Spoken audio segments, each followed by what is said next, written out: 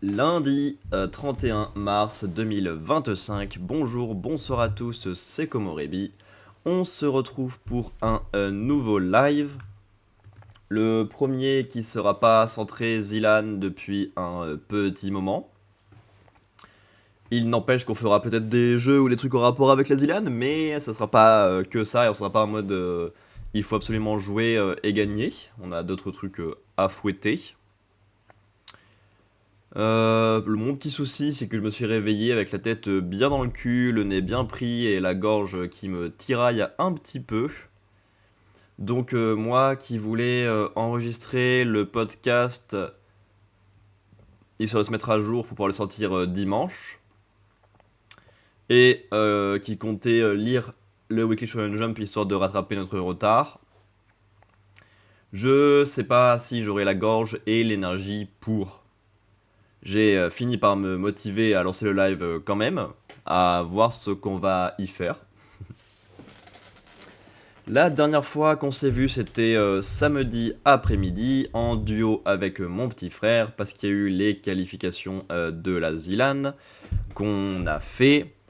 On s'est fait démarrer sur les premières parties de Mini Royal, et on s'est réveillé seulement sur la cinquième et dernière. Ce qui fait qu'on était très très loin du top 256 du haut pour passer au jeu suivant. Ce qui fait qu'on n'a pas eu le droit d'avancer très très loin dans ces qualifications Zilan. Et à 20h20, quand j'étais déjà plus du tout en live parce que j'avais une soirée, a eu lieu le tirage au sort des 49 duos.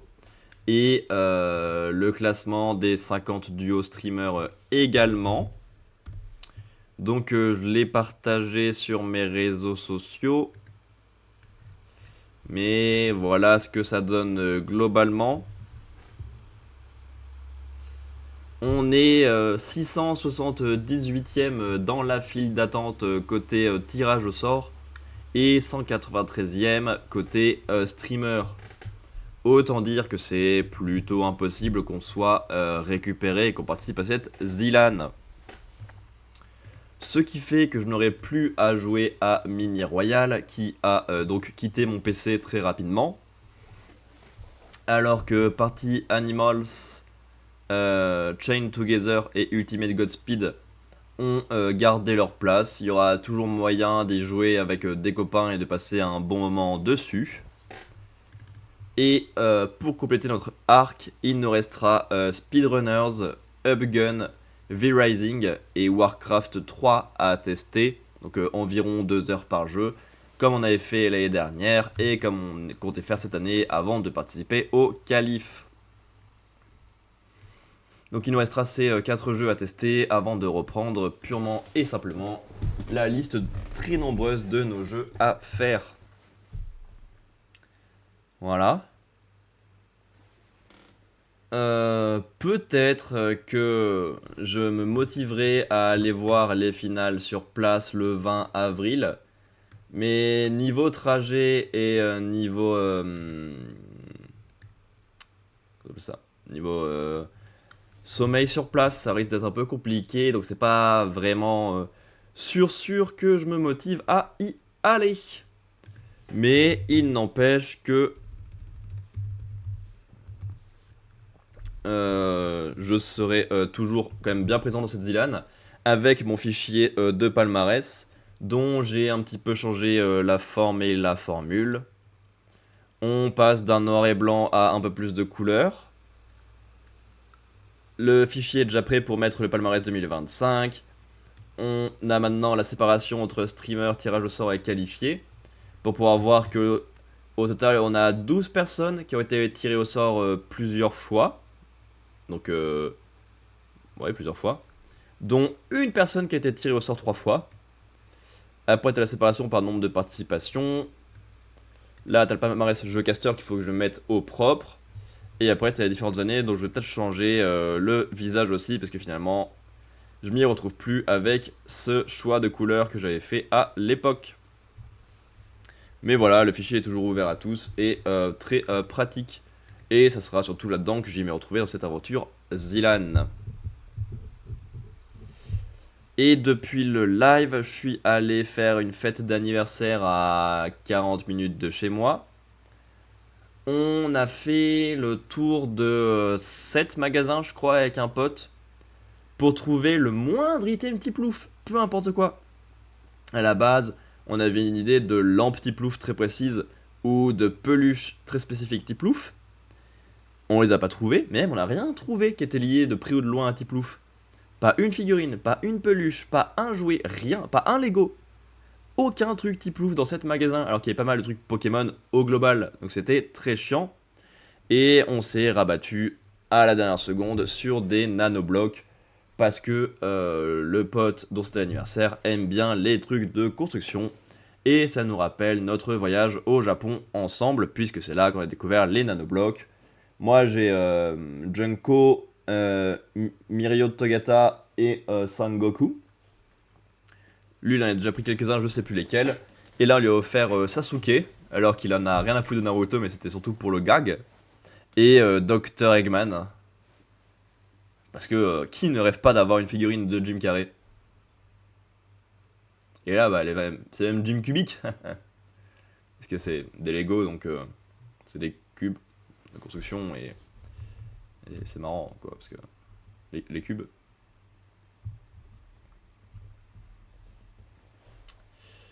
Voilà. Je bois plus trop, donc ça me fatigue pas trop les soirées.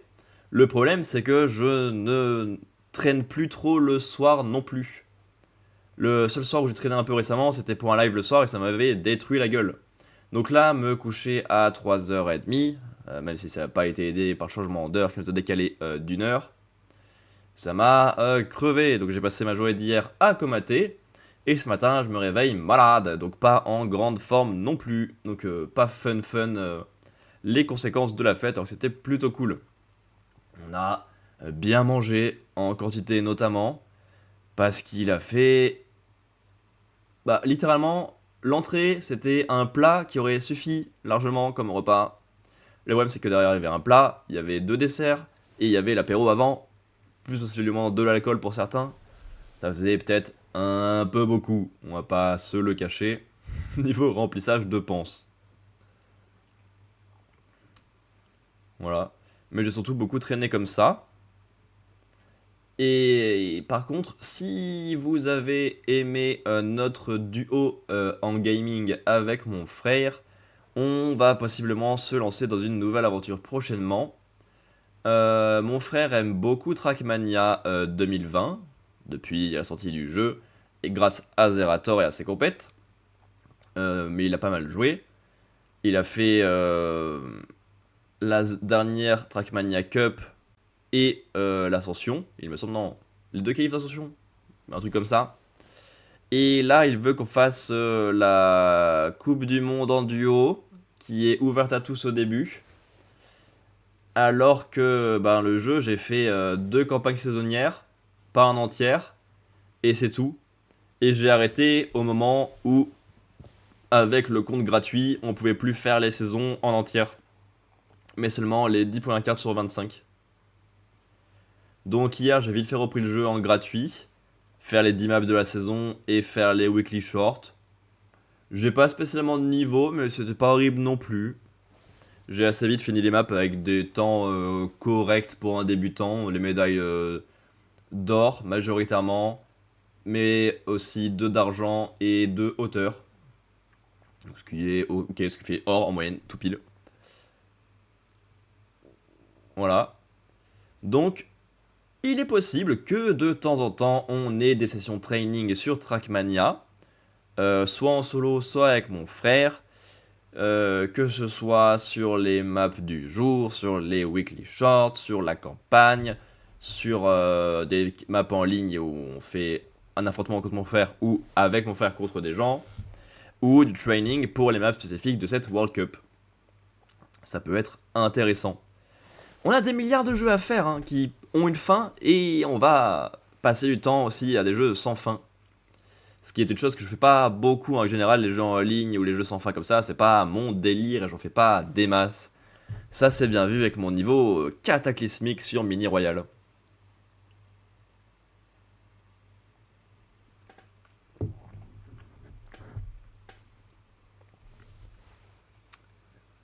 Voilà. Hmm. J'ai aussi vu le reportage sur Oriane Berton qui est enfin sorti sur YouTube après 2 ans de teasing et de décalage dans sa sortie, qui était vraiment passionnant. Avec toutes ces options. Je suis un bandeur d'escalade depuis l'été dernier. Enfin, j'en fais depuis 3 ans et demi, moi, maintenant. Mais je m'intéresse plus à ce qui se passe autour, à des gens qui grimpent, à l'actu, à plein de trucs. Depuis l'été, je m'intéresse aux compètes et tout. Et là, c'est un reportage de 50 minutes, centré sur Oriane Berton, de ses premiers blocs en extérieur à 6-7 ans, jusqu'à tout récemment ses dernières compètes en date. Et c'est hyper intéressant de voir comment elle a appréhendé son amélioration, son évolution, comment elle a appréhendé ses premières compètes, ses premiers échecs, ses premières victoires, comment elle a appréhendé ses blocs en extérieur avec la façon dont elle s'est entraînée, comment son père s'est impliqué dans sa vie et dans ses entraînements parce qu'il était à la fois son entraîneur mais à la fois son père qui les emmenait tous ensemble en famille grimper parce que c'était une belle activité à faire ensemble.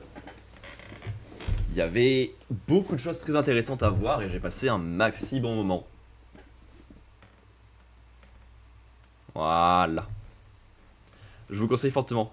Peut-être que ça parlera pas trop à ceux qui connaissent pas l'escalade de base, mais si vous voulez un parcours sportif intéressant avec une petite bonne histoire derrière, ça marche quand même sans connaître l'escalade, je pense. Voilà, je crois que c'est tout ce que j'avais dans mon petit sac depuis samedi.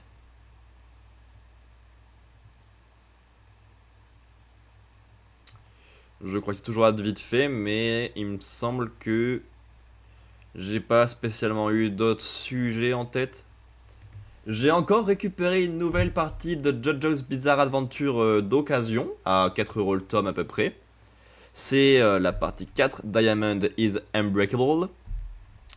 La partie dont j'ai le meilleur souvenir et qui est, dans mon cœur pour l'instant, avant lecture, ma préférée. Sans doute aidée parce que c'est littéralement celle par laquelle j'ai commencé l'animé et donc commencé ma découverte de cet univers. Et j'ai eu peur de pas trop la récupérer parce que j'ai acheté ça sur Vinted et le vendeur a attendu la dernière seconde avant l'annulation de la vente pour envoyer ses mangas. Donc c'était très limite et très inquiétant, on va dire. J'étais pas sûr de récupérer mes tomes alors que c'était quand même une offre plutôt très bonne. Et juste après, j'ai trouvé la partie 3, Stardust Crusaders, avec littéralement 4€ le tome aussi. Donc j'espère la récupérer et il me resterait plus que la partie 5 Golden Wind et j'aurai complété le JoJo en entier à petit prix. Ce qui est une super bonne chose. Parce que hormis JoJo Lens, la partie 9 que je fais actuellement depuis sa sortie officielle en France, 9, tout le reste j'ai récupéré d'occasion, à un rythme particulier, puisque je viens de me trouver 4 parties en un mois et quelques. Ce qui fait un beau budget. Hein. En plus, les parties 7 et 8, elles sont pas courtes. Alors, c'était, même à 4€, un bel investissement, les 4. Mais il m'en resterait plus qu'une. Et ça serait envoyé, donc ça serait cool. Voilà, ce qui risque de remplir pas mal les prochains mois, on va dire, du podcast. Hop, transition parfaite, parce que justement, le podcast, on n'est pas à jour sur les enregistrements. On avait enregistré jusqu'au 15 mars en live ensemble. Et là, on a ce que j'ai découvert depuis le 15 mars à traiter. Mais pour l'instant, c'est un petit mois. On est à 20 œuvres seulement. Et techniquement, vu qu'il reste que ce soir pour découvrir, on va pas être beaucoup plus loin. Ce qui va nous faire un petit mois.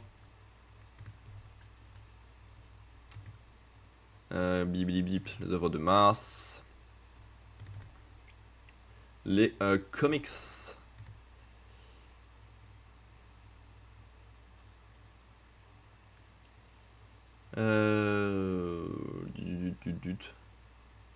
Ouais, faut que je lance l'enregistrement. Hein. Nous attaquons maintenant la partie comics avec les 3 habituels tomes de Marvel Must Have mensuels. C'est parti, tout simplement.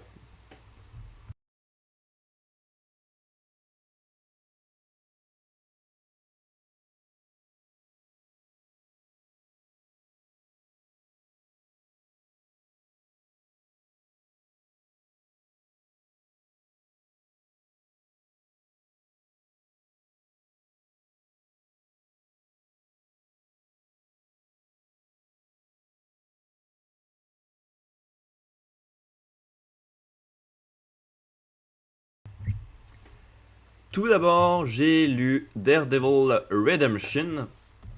J'aime beaucoup le personnage de Daredevil, qui a eu des très bons comics dans cette collection Marvel Must Have, qui m'a fait passer de bien bons moments à chaque fois. Et là, le volume que j'ai pris ce mois-ci est plutôt tombé dans la hype du personnage, vu qu'il est de retour dans le Marvel Cinematic Universe avec la série qui vient de démarrer, Daredevil Reborn, un truc comme ça, New je sais pas quoi, sur Disney+, que j'ai pas encore regardé, qui est pour l'instant pas prévu, mais tant mieux si les gens sont contents du retour de Charlie Cox et de son personnage surtout. Et le seul fait qui nous mène à un A et pas à un S, c'est que c'était bien, évidemment, sinon ça c'est pas autant, mais par rapport à un Daredevil, c'était un peu en deçà, ce qui nous empêche d'atteindre la note parfaite. C'est un petit peu dommage. Parce qu'il y a 2 idées que j'ai trouvé sympas pour ce volume-là précisément. C'est le flou. Tout d'abord, c'est qu'on soit un peu éloigné de New York et des quartiers habituels de Daredevil. Ce qui est plutôt sympathique pour changer un petit peu la situation et les habitudes. Même si c'est assez étonnant de le voir aussi loin. Et justement, ce qui vient de ça qui change aussi, c'est qu'on voit un peu plus Matt Murdock que Daredevil, et qui change pas mal la dynamique. Alors souvent, le but c'est de déconstruire son personnage, de le mettre face à ses contradictions, face à ses croyances, de détruire une de ses 2 vies pour le faire bosser sur l'autre, en tout cas de ce que j'ai vu dans ces Marvel Must Have. Et là, c'est plus ou moins l'idée. Il est tellement loin de son quartier qu'il ne peut pas prendre son costume, sous peine que les gens fassent le lien évident entre Matt Murdock et Daredevil. Si les 2 arrivent en même temps dans un lieu si reculé, il y a peut-être un indice. Mais ça permet d'apporter bien plus de choses psychologiques. Parce que il y a pas de combat de tout le volume, et on n'est que sur une enquête pour voir si les clients de Matt Murdock sont innocents ou sont coupables, comme le croit littéralement tout leur village. Ce qui fait une belle quantité de gens à convaincre, s'il y a à convaincre. Et c'est pas évident, puisque c'est un lieu reculé, on joue un petit peu des clichés, et on nous mélange un peu le satanisme, les croyances fanatiques et la vérité évidente qu'on préfère occulter. Et c'est un gros melting pot. C'est un petit village Donc là où est le pouvoir, ben on n'emmerde pas trop et on laisse tranquille, même si ça se voit qui est réellement la personne coupable, vu qu'elle s'en cache pas spécialement. Et on va plutôt accuser le satanisme sur les personnes qui sont un peu mises à part et mises de côté, parce qu'elles n'ont pas de pouvoir pour se défendre, donc elles sortent de la norme et sont forcément un danger. Il y a pas mal de choses. Et ben, le fait que la vérité soit évidente et que ça les intéresse pas amène à un autre gros sujet dans ce genre de petit village, que j'ai plus ou moins cité avant, mais l'image que tu renvoies et l'appréciation des autres vaut beaucoup plus que la vérité. La famille de clients, elle s'est mise dans la merde beaucoup plus tôt, en étant en dehors des normes, en donnant naissance à un enfant alors que t'étais pas en couple, en ayant des cheveux longs, en écoutant des musiques qui correspondent pas aux normes. Ils cherchent à se faire avoir aussi. Ils ont une image pourrie, donc forcément, c'est eux les coupables. Même si c'est évident qu'il y a une personne qui est violente, qui fait n'importe quoi, qui viole des gens, qui frappe des gens, qui s'arrache les dents tout seul parce que Matt Murdock veut le confronter en prenant ses empreintes dentaires, et lui s'arrache les dents. Et tout le monde en mode bah, Daredevil, tu lui pètes les dents. Mhm. Tu es sans doute toi le coupable. Voilà. Mais bah, quand il y a autant de croyances et d'enjeux, il y a une belle fin tragique parce que Matt Murdock ne peut pas outrepasser la loi, malheureusement. Donc une fois qu'il a perdu en tant que Murdock, Daredevil ne peut plus agir et ça fait une fin très amère. Après, heureusement, on a un épilogue un peu plus clair parce que les gens ont enfin réfléchi en cherchant mieux la vérité, mais ouais, brutal. J'ai passé un bon moment de lecture, juste à peine en deçà pour un Daredevil, et c'est ça qui crée ce mini décalage de notes. Mais c'était très bien.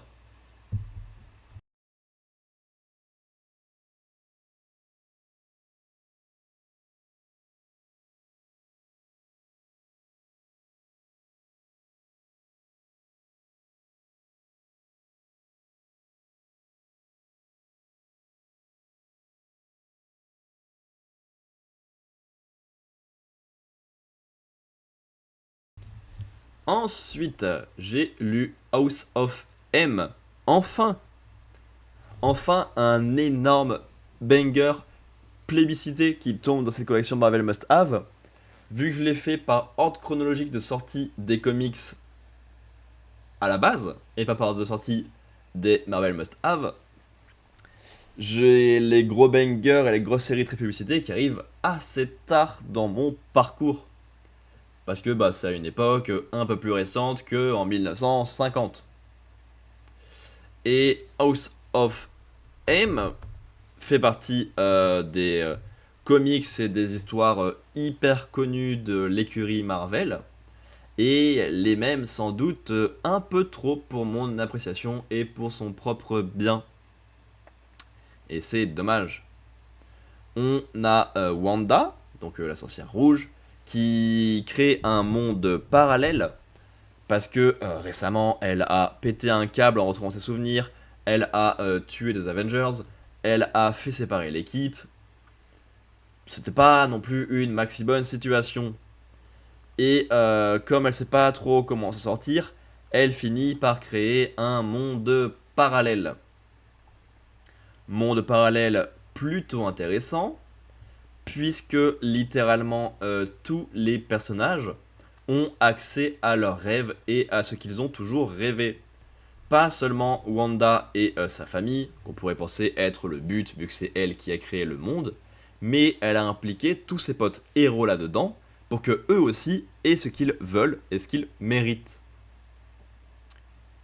Ce qui est plutôt sympa et crée une ambiance très très grise sur la façon dont elle a agi, assez logiquement. J'ai juste un petit souci. Très vite dans ce nouveau monde, on a Logan qui se réveille et qui récupère ses souvenirs du monde précédent. Et ça sort de nulle part. Il faut bien une personne au moins qui se rappelle pour pouvoir libérer toutes les autres et repartir dans le bon monde. Mais ça sort de nulle part. Alors que justement, Wanda ayant des regrets et ayant pas forcément choisi cette situation, a créé spécifiquement un personnage pour réveiller les gens. Et c'est pas elle qui réveille Logan de ce que j'ai compris. Alors qu'il suffisait juste que ce soit elle, le centre de la trique de départ, qui libère Logan, puis que lui fasse « Ah, il faut libérer tout le monde !» Et ça marchait. C'est con. Mais ouais, à eux deux, ils sont prêts à perdre tout ce qu'ils ont gagné dans cet univers, parce que ben, même si c'est ce qu'ils veulent et ce qu'ils ont mérité, c'est pas vraiment eux, c'est pas vraiment leur monde, c'est pas vraiment leur connaissance. Donc, un petit questionnement moral. Pour eux, pas trop, c'est assez clair qu'il faut revenir dans leur monde. Mais pour d'autres héros qu'on récupère, c'est des fois un peu dur de quitter tout ce bonheur récupéré ici pour retourner à notre vie qui est bien aussi, mais qui est bien parce qu'on a eu plein d'épreuves à affronter avant. Et ce qui est donc assez compliqué mentalement de devoir perdre techniquement une nouvelle fois des choses que tu as réussi à récupérer là.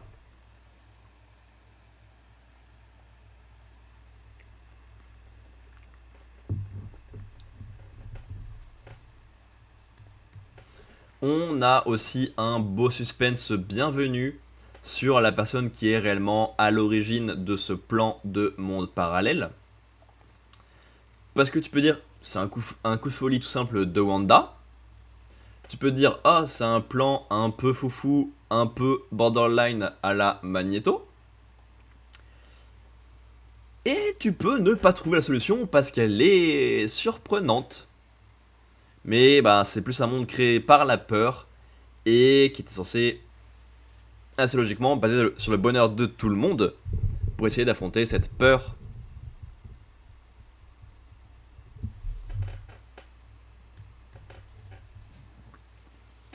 On a donc un très gros sujet sur la famille M en général.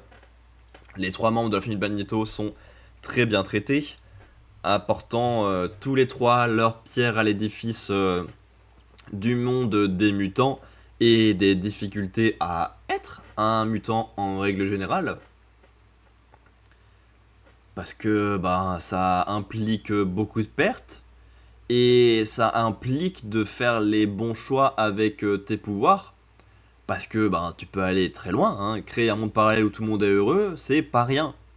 Mais est-ce que ça vaut le coup de le faire? Est-ce que ça t'apporte quelque chose à toi? Il y a des gros sujets. Également sur le fait d'être heureux, ou alors de devoir suivre sa mission parce que ben c'est ça la vie.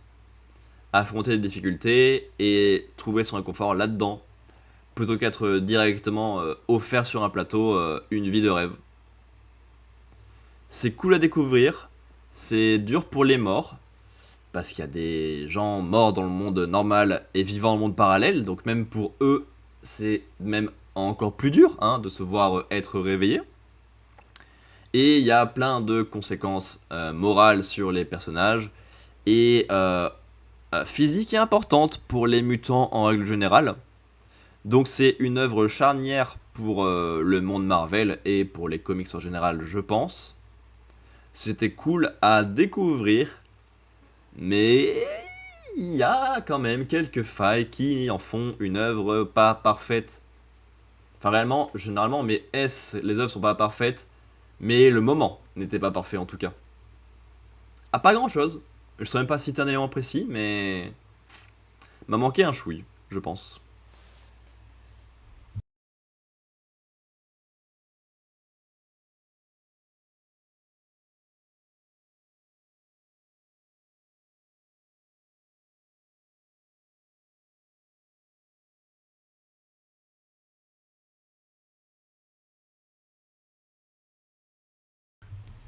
Et enfin, le troisième et dernier comics du mois, avec Captain America, le soldat de l'hiver, qui est une œuvre qui est donc normalement plutôt connue grâce au Marvel Cinematic Universe maintenant, et au film qui l'a basé dessus, donc Captain America 2.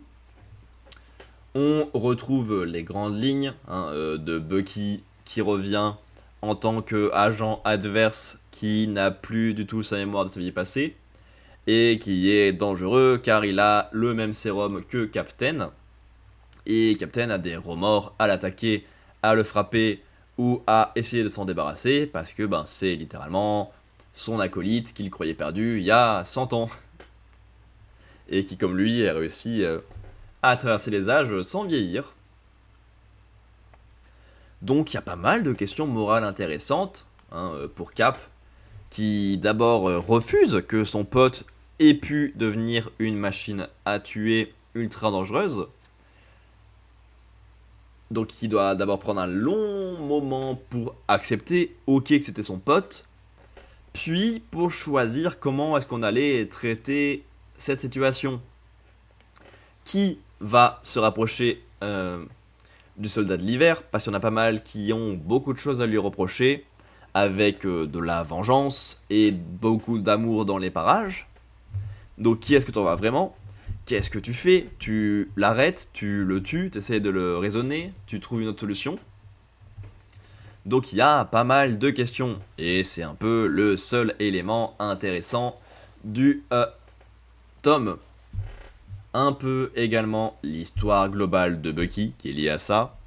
Le fait qu'il soit très régulièrement congelé et remis à zéro, c'est dur à voir. Parce que c'est que son esprit est encore pas très loin. S'il essaye de se libérer et de fuir ses ordres plusieurs fois, c'est que son esprit est pas loin. Mais malheureusement, c'est censé être une machine à tuer et c'est dur à voir.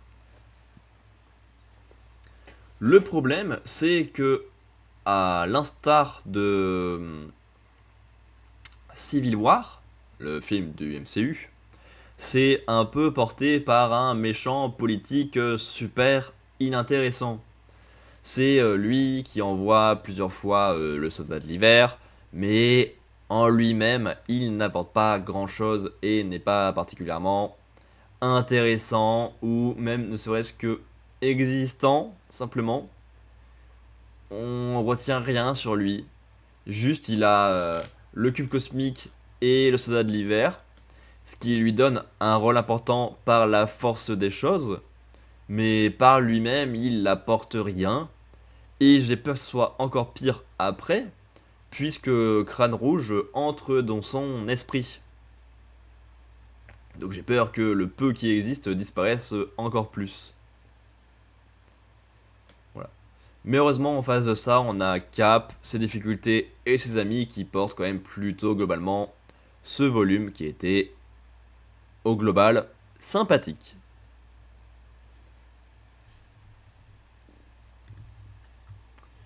Hop là. La partie comics, c'est fini. Tac, tac, tac. Ça passe en blanc. Ça passe en blanc. Tac, tic. Partie comics, ça dégage. Est-ce que je continue à enregistrer? Il me reste un film à faire, 4 jeux, mais ça va être rapide les jeux, et 6 mangas. Et 6 mangas. Le 27, le 29 et...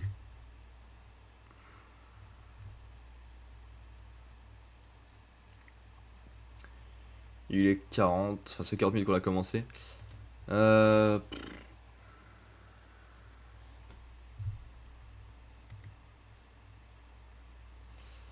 sais pas ce que j'enregistre ou pas.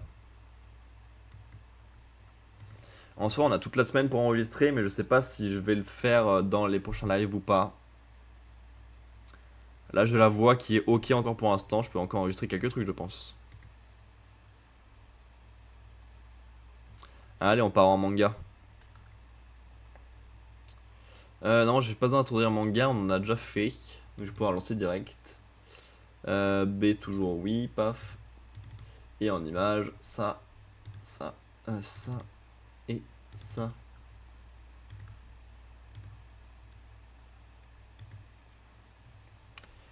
Et B, c'est parti. Enregistrement manga.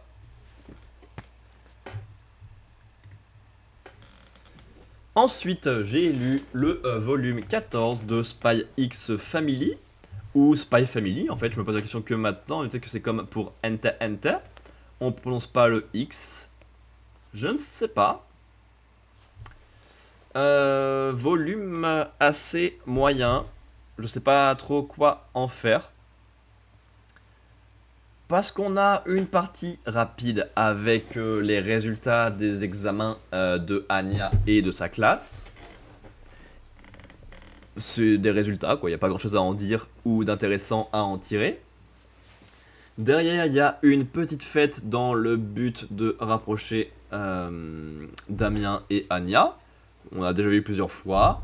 Mais là, ils sont mimi sur la fin quand ils dansent enfin ensemble. Et que de l'amour et des secrets se dévoilent un petit peu. Le problème, c'est que c'est pas écouté parce que ça paraît improbable. Donc finalement, on a juste du fun, ce qui est cool à lire. Mais au bout de 14 volumes, c'est un petit peu trop et c'est embêtant d'avancer aussi peu.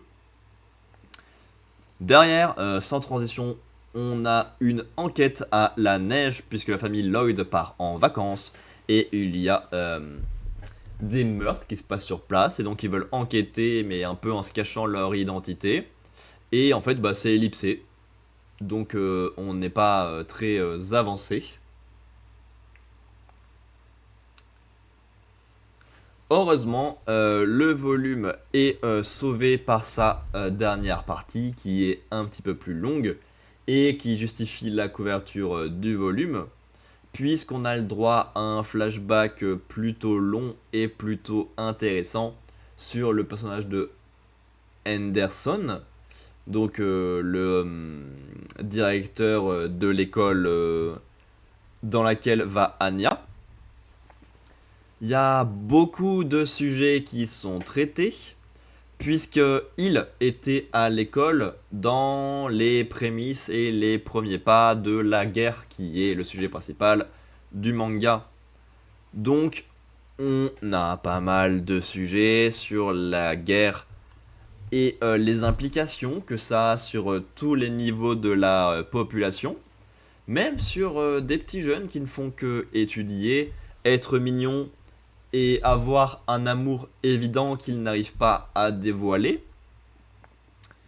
Et donc ça offre un sujet anti-guerre plutôt touchant et plutôt bienvenu, qui montre maintenant que ça fait quand même d'assez longues années que c'est un sujet de merde, qui crée des problèmes chez tout le monde, qui les empêche de vivre leur vie, leurs rêves et leurs romances parce qu'ils n'arrivent pas à se dévoiler et qu'ils en ont encore moins l'occasion avec la guerre, qui les force à faire des mariages forcés parce qu'ils pensent que leur véritable amour est mort, qui peut créer des familles hyper compliquées parce qu'on est face aux tyrans du pays, qui peut créer des expériences sur des enfants. Il y a pas mal de sujets anti-guerre qui sont soulevés et qui offrent un flashback plutôt touchant. C'est le seul élément intéressant du volume et c'est très intéressant en plus, donc c'est dommage que le reste soit pas au niveau. Est-ce qu'il y a vraiment un volume très moyen avec une première partie qui n'avance pas et qui a des gags qu'on a déjà vu un sacré nombre de fois maintenant en 14 volumes, et une partie intéressante. Ça avance pas spécialement non plus, mais ça au moins met les thématiques de l'univers en avant, avec des personnages qu'on n'avait pas vus, mis en avant. C'est intéressant.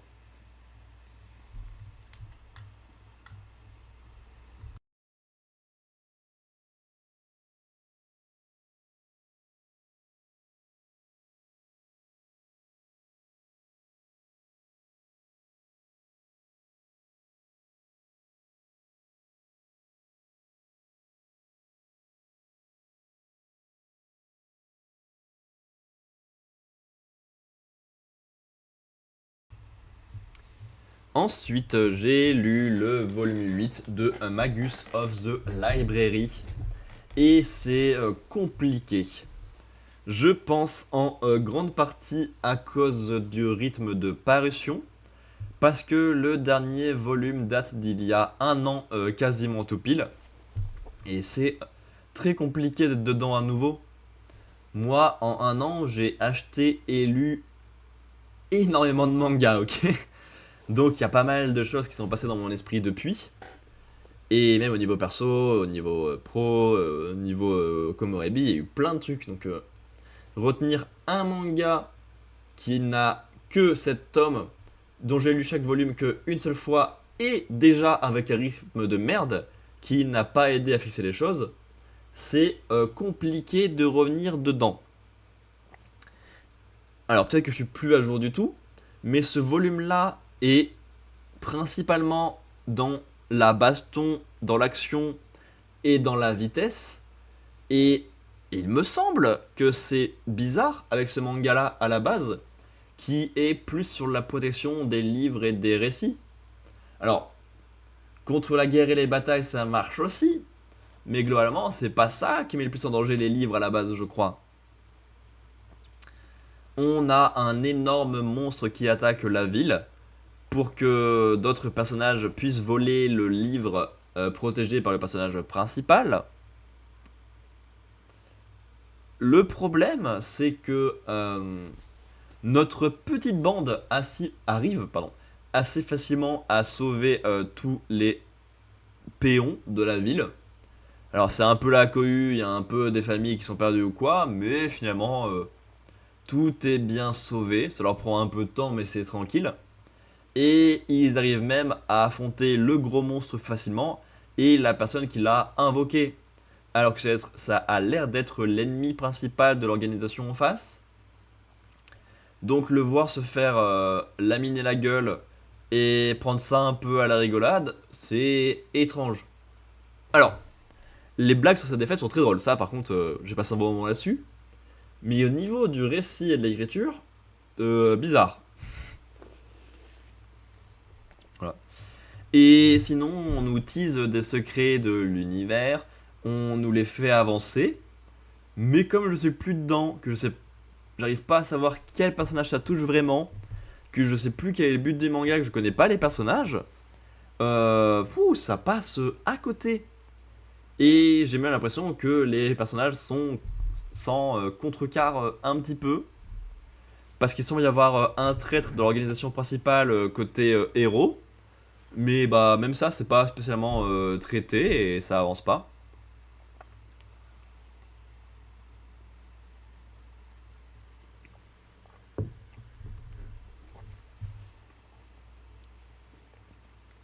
Donc je pense que mon avis plutôt moyen vient principalement du contexte du manga et de son rythme de parution. Parce que globalement ça a l'air plutôt bien, déjà c'est très beau, et le thème de base, qui n'était pas trop présent dans ce volume, est intéressant et novateur. Donc ça vaudrait peut-être le coup que je le relise bien les 8 tomes d'un coup, en prenant bien le temps d'imprimer les choses et le connaître. Ça serait peut-être plus pratique avant le prochain volume. Et je me dis qu'avant le prochain, j'aurai le temps de le faire.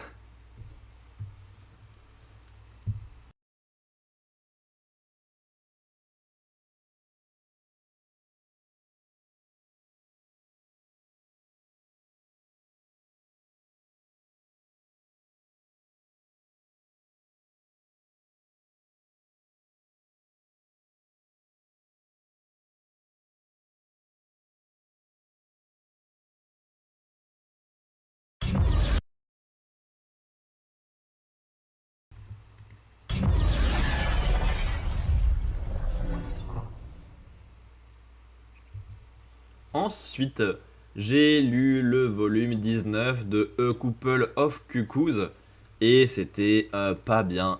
On retrouve encore et toujours les mêmes soucis que depuis quelques volumes. Et je ne sais pas quand la série va se rapprocher de la fin, parce que là, il nous reste encore 7 volumes pour être à jour avec le Japon actuellement. Le problème, c'est qu'au Japon, il n'y a pas eu d'annonce de fin prochaine. Donc 19 plus 7, on arrive au volume 26. Et 26 volumes pour cette intrigue et pour voir que rien n'avance comme ça, c'est un petit peu long et compliqué à suivre. On a quand même le droit aux explications de Hiro pour son action à la fin du volume précédent. Parce que là où on avait eu une avancée avec notre protagoniste qui s'est mis en couple avec une de ses filles, elle a arrêté le couple à la fin du volume précédent sans réellement d'explication. Là, elle s'explique. Elles sont plutôt justifiées, ok. C'est qu'ils ne s'y retrouvent pas personnellement. Ça les éloigne de leur but, leurs objectifs. Qu'ils n'arrivent pas à être heureux parce que ils ont des mariages forcés qui les attendent.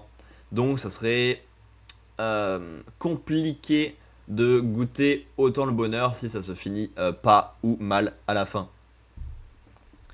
C'est ok, mais peut-être que ça aurait été bien de faire ça avant de les mettre réellement en couple, pour éviter de faire un pas en avant, 15 pas en arrière à chaque fois. Peut-être que ça aurait été mieux, je sais pas. Et donc on en profite pour faire le tour à nouveau des 3 autres filles. Erika est contente de le retrouver dans leur maison et dans leur promesse et dans leur petite vie tranquille. C'est assez osef. Mais beaucoup moins que la partie de Ai. Parce que celle-ci fait un concert. Point. Ça n'a aucun lien entre eux. Vraiment, ce personnage me perturbe depuis le début. Et je sais pas à quoi en faire. Franchement, on pourrait la retirer, ça changerait rien. Même la longueur du manga, elle serait pas spécialement raccourcie sans elle. Donc, ça changerait pas grand-chose. On a à nouveau un peu de Erika, puisqu'on va dans une soirée mondaine organisée par son père, qui montre que le monde mondain, c'est pas que de l'instinct, mais c'est beaucoup d'apprentissage au fur et à mesure de faire des fêtes de ce genre-là. D'accord. Et il souhaite un successeur précis parmi ses 2 fils, alors qu'il y en a un qui est plus proche et qui a toujours été là, tandis que l'autre n'a pas forcément de lien avec lui vu qu'il n'a pas grandi avec lui et sa façon de voir le monde. Donc c'est le seul truc qui peut être un peu intéressant dans ce volume là, mais je suis pas sûr de savoir où ça va aller et à quel rythme ça va aller surtout. Ah ouais, oh, j'écris bien. Parce que là il nous reste donc Sachi, sa sœur avec laquelle il a grandi toute sa vie. J'ai écrit, elle est à fond dans les révisions et veut sa queue. Ce qui est assez cru, mais assez vrai. Elle ose enfin se dévoiler parce qu'elle prend du plaisir aux révisions et se dit que ça les rapproche encore un peu plus, qu'elle pourra donc aller à l'université que lui et que là ils pourront sortir ensemble. Voilà. Au final, c'est un volume qui fait le tour de beaucoup de choses. Hein, on a les 4 filles plus l'histoire de succession. Mais il n'y a pas d'avancée, parce que Hiro s'explique ce qu'il y a eu avant. Erika est juste contente de revenir au statu quo. Ai, elle sert toujours à rien. Il n'y a que Sachi qui a un petit peu avancé parce qu'elle a fait sa déclaration. Le problème, c'est que c'est Sachi, et que c'est sa putain de sœur, avec qui il a grandi depuis le début. Il n'y a pas de lien de sang, donc c'est légal. Mais alors, niveau mental, c'est très particulier d'imaginer que c'est cette histoire-là qui va avancer prochainement. Mais ouais, c'est relou d'avoir si peu d'avancée au volume 19. Et de se dire qu'il en reste au moins 7 pour être à jour au Japon. Et je ne sais pas combien derrière pour terminer. Au secours!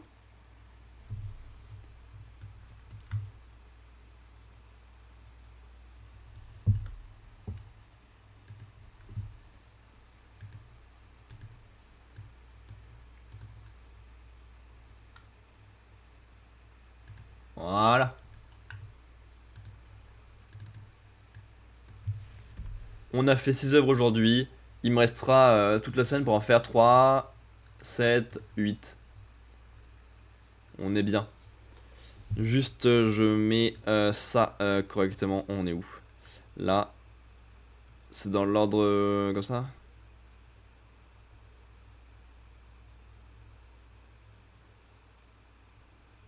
Mais non, je suis con, c'est pas ça. C'est ça. Hop. On va les mettre tous les deux dedans. Ça, c'est Comics 1. S'il vous plaît. Comics 1.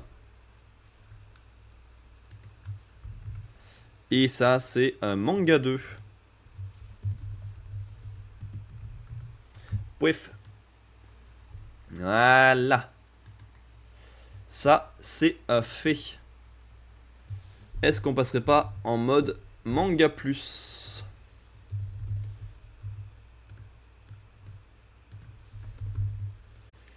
Histoire de se lire un peu le weekly Shonen Jump de la semaine.